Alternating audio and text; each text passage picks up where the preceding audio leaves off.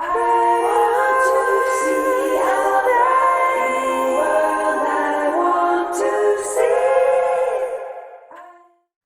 everybody, Desirée here, your host for the Modern Day Priestess Masterclass series.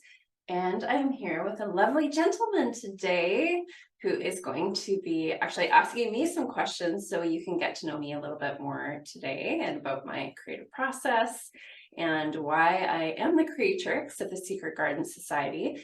And welcoming today an incredible interviewer slash guest who is an amazing mind-body expert.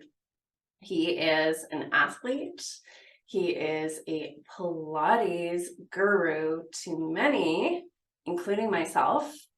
Pilates is a powerful form of exercise, but maybe he'll tell us more about that along the way too. Introducing Matthias Gustafsson, my life partner. Great. It kind of sounds like you're interviewing me. I can't help myself.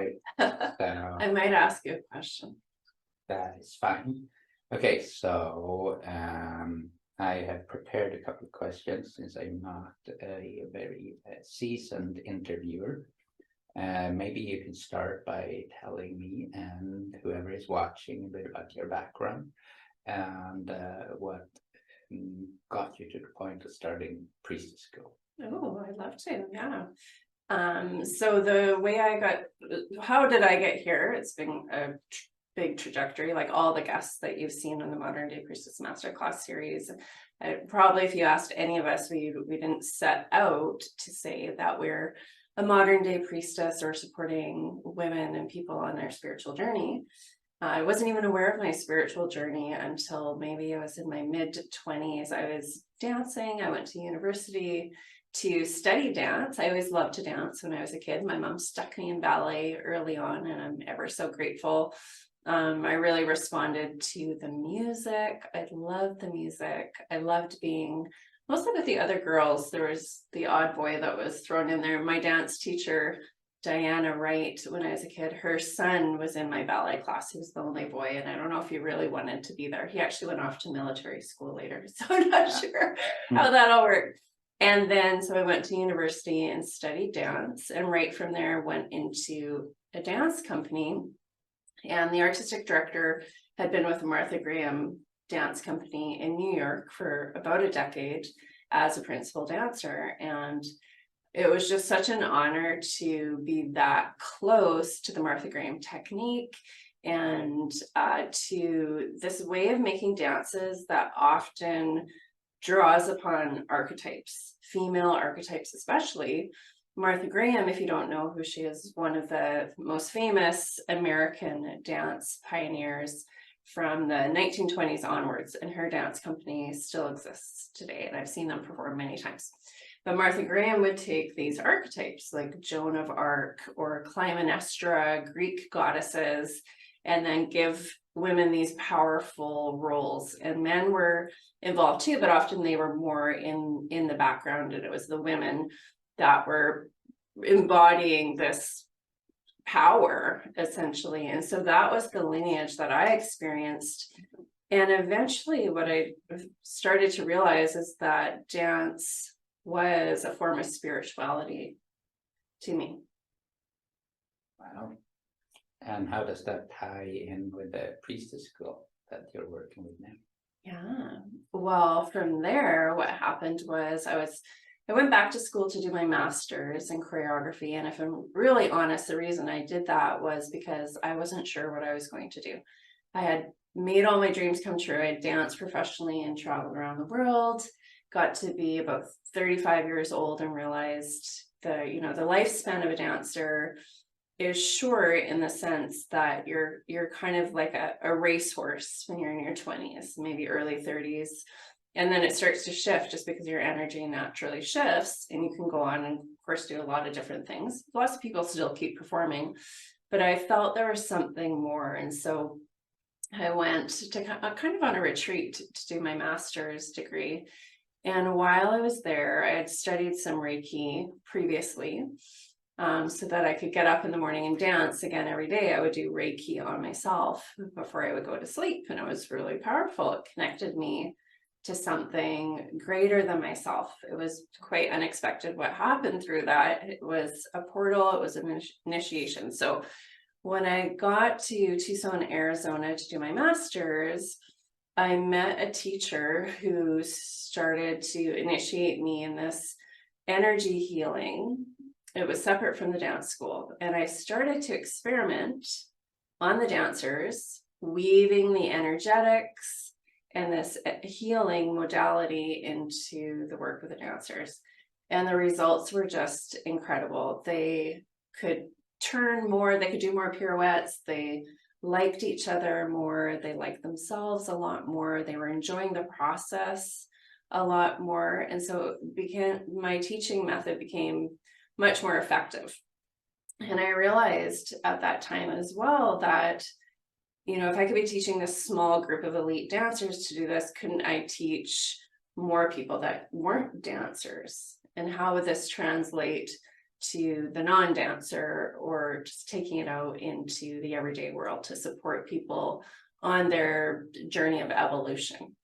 And I just started getting curious about that and asking the question and realizing that I was expanding my vision of what I was put here, what my highest calling was. I thought it was one thing to be a university professor, but it was turning out to be something much more than I had realized. And so from that point, as I got curious, the steps were given to me one step at a time. I went back to Vancouver, Canada, and I developed a program called Catalyst, which was for dancers, still working with dancers, but bridging the gap from when they graduated from a university program to getting out there in the real world, giving them practical magic in essence to build up their resume and portfolio. We did photo shoots, and I kept teaching this method, which I now call the Violet Healing Method, so that to help them truly expand as well and have the courage that it takes to put yourself out there as an independent dancer, saying, I'm ready to go, I'm a professional dancer, who wants to hire me? And that was quite powerful, this program that we created. Now from there, I was still doing the spiritual work, and I was having awakenings and realizations and going along on my spiritual journey, and started to have moon ceremonies. So with every full moon and sometimes a new moon, I would offer an in-person women's circle. And this realization that for myself, even to be successful, it takes a kind of a deepening into ourselves, to go deep into the layers and shadow, to discover what's blocking me from success, from everything I want in this next season of my life. And working with other women, I realized we could have these powerful conversations, align it with a full moon, and have energetic shifts. And it would give us this acceleration on our spiritual journey. And we did that for a couple of years. So after a couple of years, we had a powerful community of conscious rising women. And it just naturally progressed to a realization we could spend more time together in a more concentrated way. So the first year of Priestess School happened actually right here in my house. And we were gathering with an intimate group, and we would meet once a month to dive into different mysteries. It was a mystery school. And then, of course, when the world changed in 2020, we took it online. That same group, we weren't allowed to meet in person anymore. So we went online, and it amazed me just how well and how fluidly we could change to be online. And so it's just blossomed and grown from there to be a school that's burgeoning online now, and with in-person retreats. We actually just got back from Greece and France, where we visited ancient sites. And if you were to explain in just a few words, maybe say 3 words, what Priestess School is, what 3 words would you choose? Ooh, good question, Matthias. Thank you. Okay, I'm gonna say, well, catalyst is still coming through. So catalyst, sacred, passion. Very good. And how would you explain transformation? Like, what does transformation mean to you? Ooh. Transformation means to me, I'm very visual and clairvoyant is, clairvoyance is one of my spiritual gifts that I've developed. I think everybody has spiritual gifts. But when you say transformation, I automatically envision the process of a butterfly or coming from the chrysalis, and that process of being one way, and that's all you know. And then feeling a spark of ignition within you to be curious about who you are really. There's some question as seekers, we know that it starts to come in, and once you start getting curious about it, you're more connected to yourself and something sacred or to spirit. Something starts to happen, something very magical starts to happen. Just like the caterpillar goes into the chrysalis, into the cocoon, and then all the changes start to happen. It's almost like you can't even control it. It's just a natural process of evolution. Then you come out the other side and you're something completely different and more wonderful than you could have imagined. And then looking back in hindsight, you realized what you thought was true and real, that was just one version, but it could be something so much more full and expansive and potentially fulfilling as well. At least that's been my personal experience. So with transformational coaching, we are taking people from that experience of the operating system of what they have to a new potentiality. And that is just so exciting. There's nothing more exciting to me than being the witness of transformation. And on your personal journey, what has been the biggest obstacle to attain the level of self-realization at which you find yourself currently? That's a deep question. Can you repeat it one more time? Because I want to do that justice. Right. Well, so on your journey, what has been the biggest obstacle to attain the level of self-realization at which you currently find yourself? Yeah, myself. See, my ego didn't even want to hear the question. I was like, what is ego all the way? And what I like to speak to is the witch wounded part of ourself too, right? Meaning, what do I mean by the witch wound? I mean, women and medicine women especially have been persecuted, especially in this community. We're well aware of this.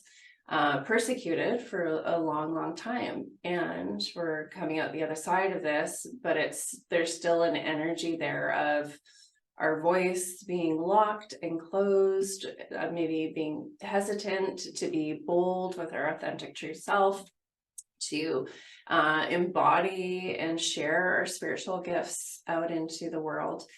So the biggest block for me has been that.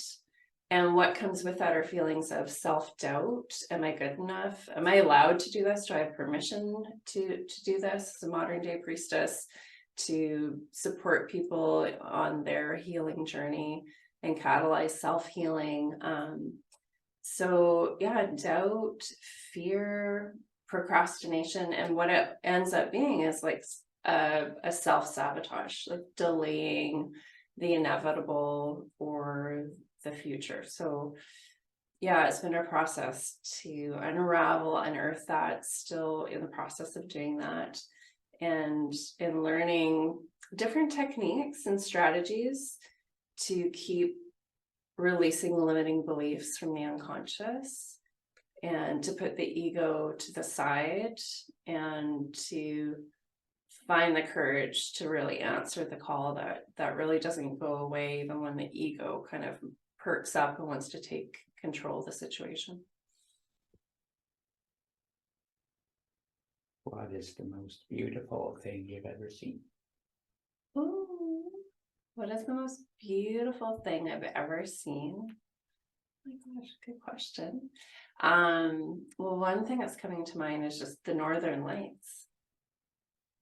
And I'm not surprised, it's something to do with nature. And I was at our summer house and out on the dock one night, and there's a few other people there.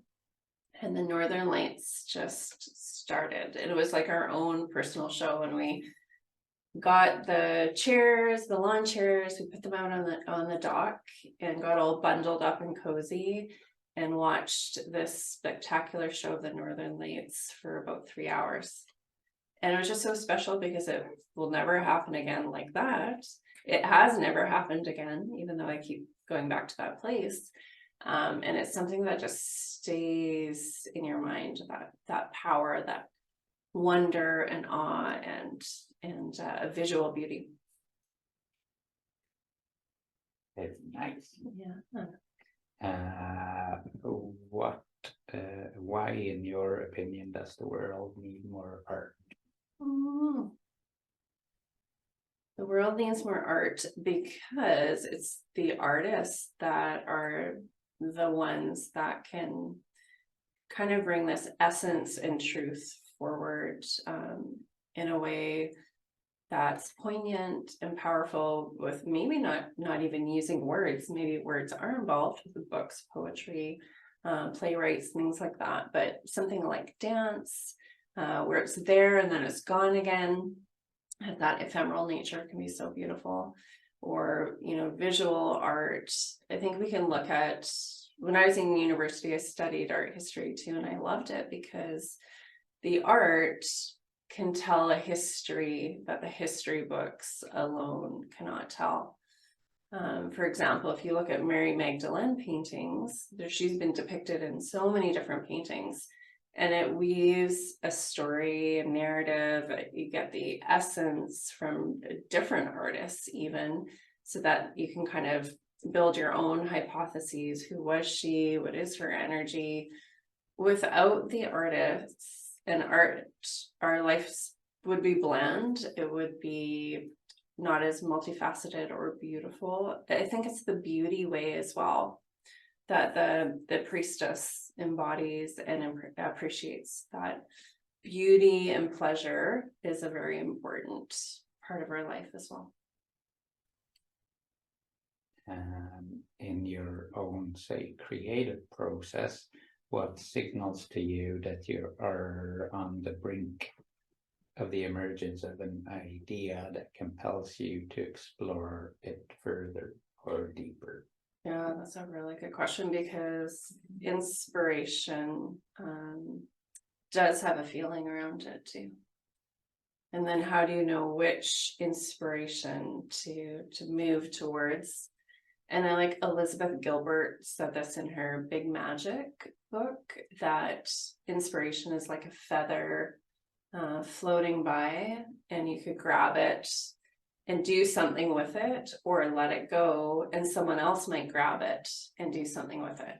And often you might have had that experience as well, that something gets created in the world. Let's say it's a piece of art, and you're thinking, I have that same idea, like I was going to make that dance, or I was going to write that song. And it's because it's something the universe wants to have come to fruition into the world.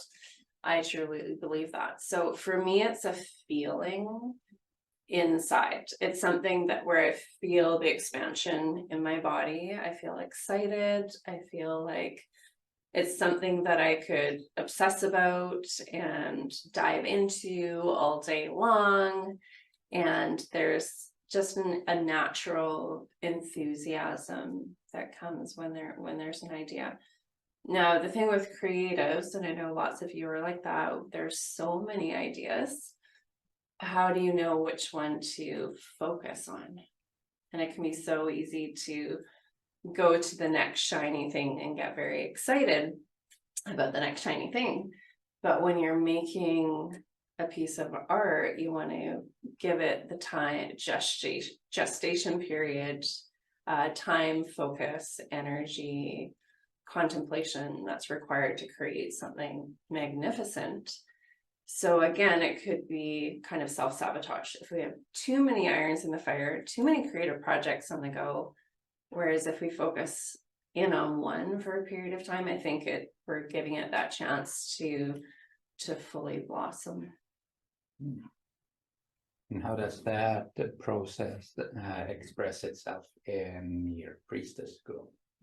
Ooh, yes. My priestess school really is it is an art project. It is my baby. It's the birthing of something through me, through the lens of me, my creativity, but also me with the intent to be as clear of a vessel and channel as I can be. So when I get stuck in my head and I'm thinking like, why am I the one to do this, which sometimes happens. So why am I the one to be responsible for priestess school and to be the headmistress of a kind of witch Harvard, we could call it.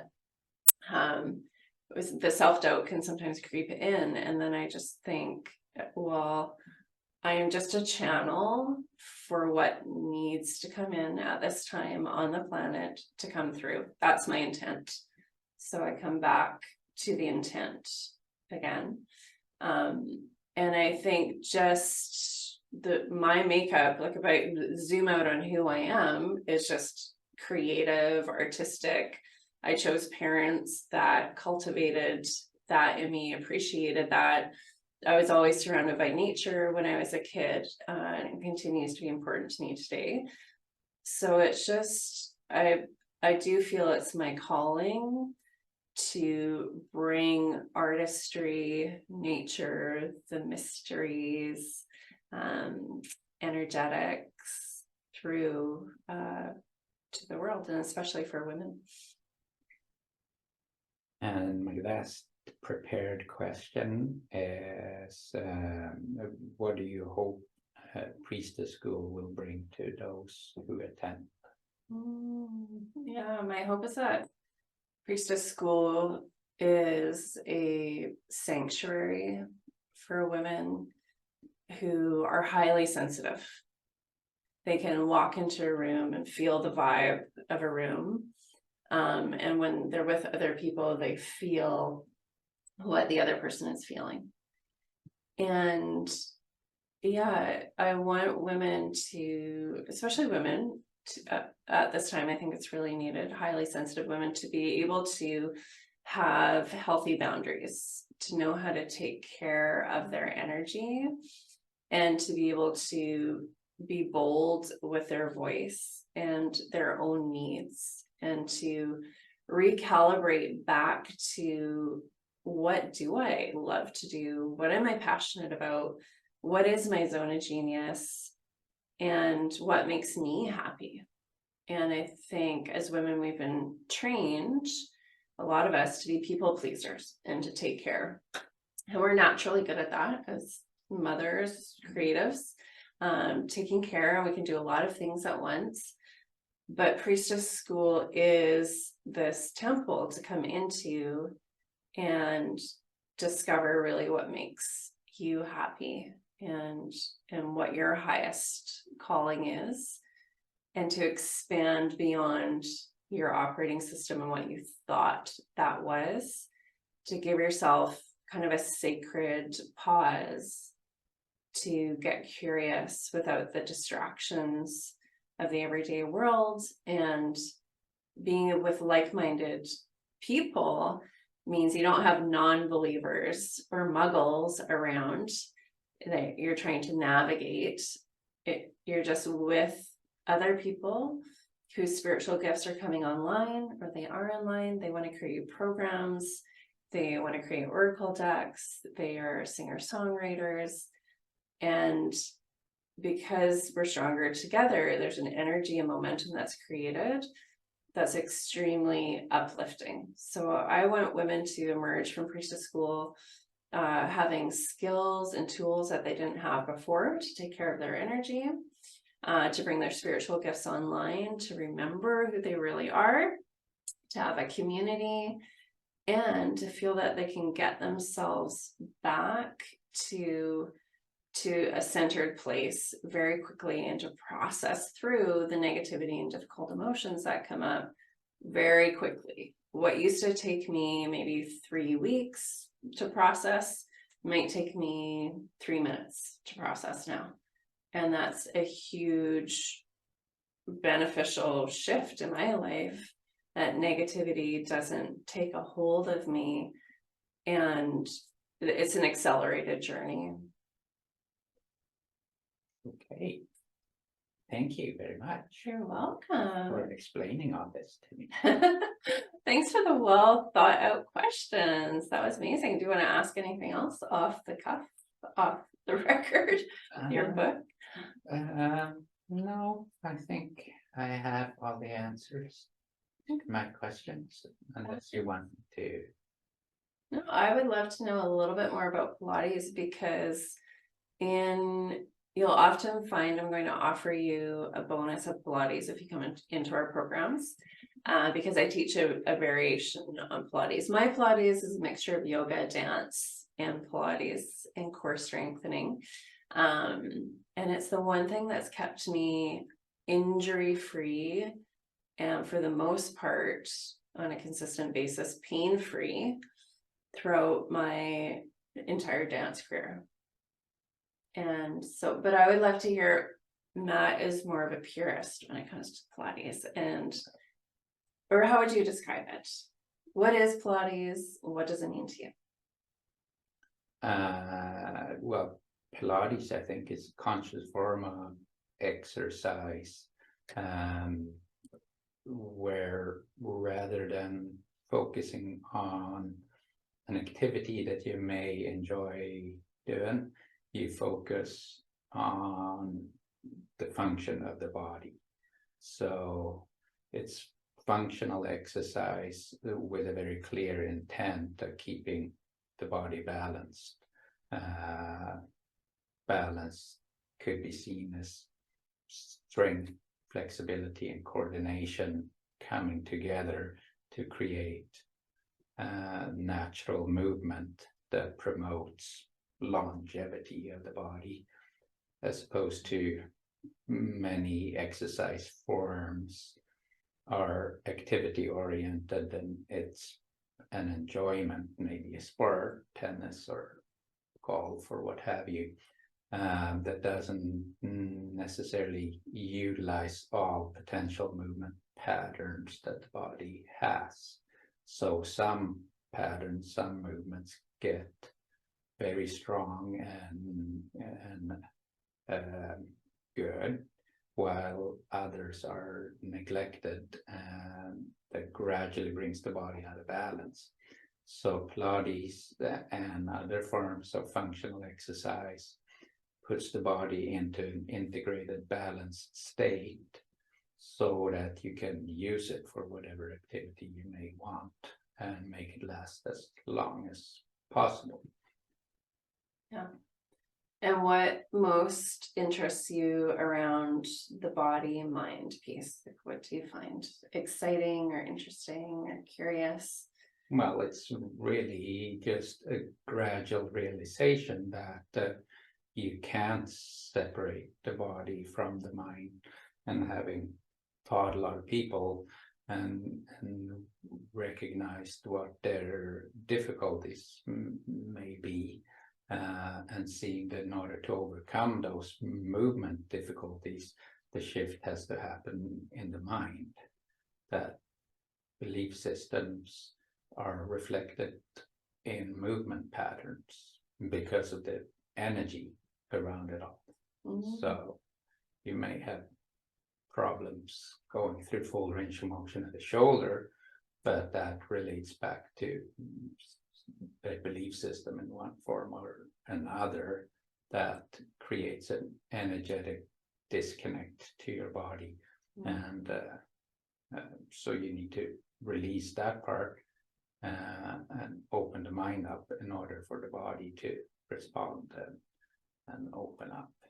How important is it to have a teacher, not just in Pilates, but I'm thinking more in the spiritual realm, for this like self-realization, discovering patterns, is that essential, or can we get to the self-realization on our own? I think it's tricky to go beyond where you already are without some kind of help in the form of a teacher. You just tend to stay where you are. Yeah. Maybe you have something you're not happy with, something that is that you would like to change in your life. But if you don't have any guidance, then it's hard to come to the realization what needs to change. Yeah, exactly. We want to, I think, put ourselves in a place where someone has what you want, right? So you can get that transmission from from that person or group of people. We went to the Amma retreat together at one point in time, and Amma, for me, if you don't know her, she's a hugging saint, an incredible Indian kind of guru, I guess you could say. She's devotees. I wouldn't call myself a devotee, but I love being in her presence. And that was, I think, really my first true initiation into the divine feminine and this unconditionally loving mother energy. And you just get to be there and have a hug from her, and there's music and there's all kinds of things happening. You're just getting the frequency from being close to her and to be in the whole vibe of it. What was your experience of the Amma retreat? Interesting. Well, overall, I guess a lot of dedicated people dedicated to learning more about themselves, and I think that's what I mostly saw. Well, how do you describe the divine feminine, and how does it impact you, or does it? The divine feminine. I guess I would see it as a part of wholeness, like it is half of the whole. It's the yin part. I think it's it's one half of the whole that is every being. So Makes sense. Maybe. Makes sense to me. You're my yang, Right. to my yin. Yes. Well, thanks everybody. Thanks so much for joining. I think it's important to also have the male perspective coming in as well. And I get so many women saying to me that who are dating and looking for maybe their twin flame or partner, that there's no good men out there. So I wanted to give you a good example of a conscious, aware man that they do exist. You can't have mine, but I know there's actually a lot out there. So, and I know a lot of you are raising sons, and I'm so grateful because they will be our conscious, aware men of the future, and we need them. Thank you so much. Thank you. That was wonderful. Yes. Thanks, everybody. See you next time.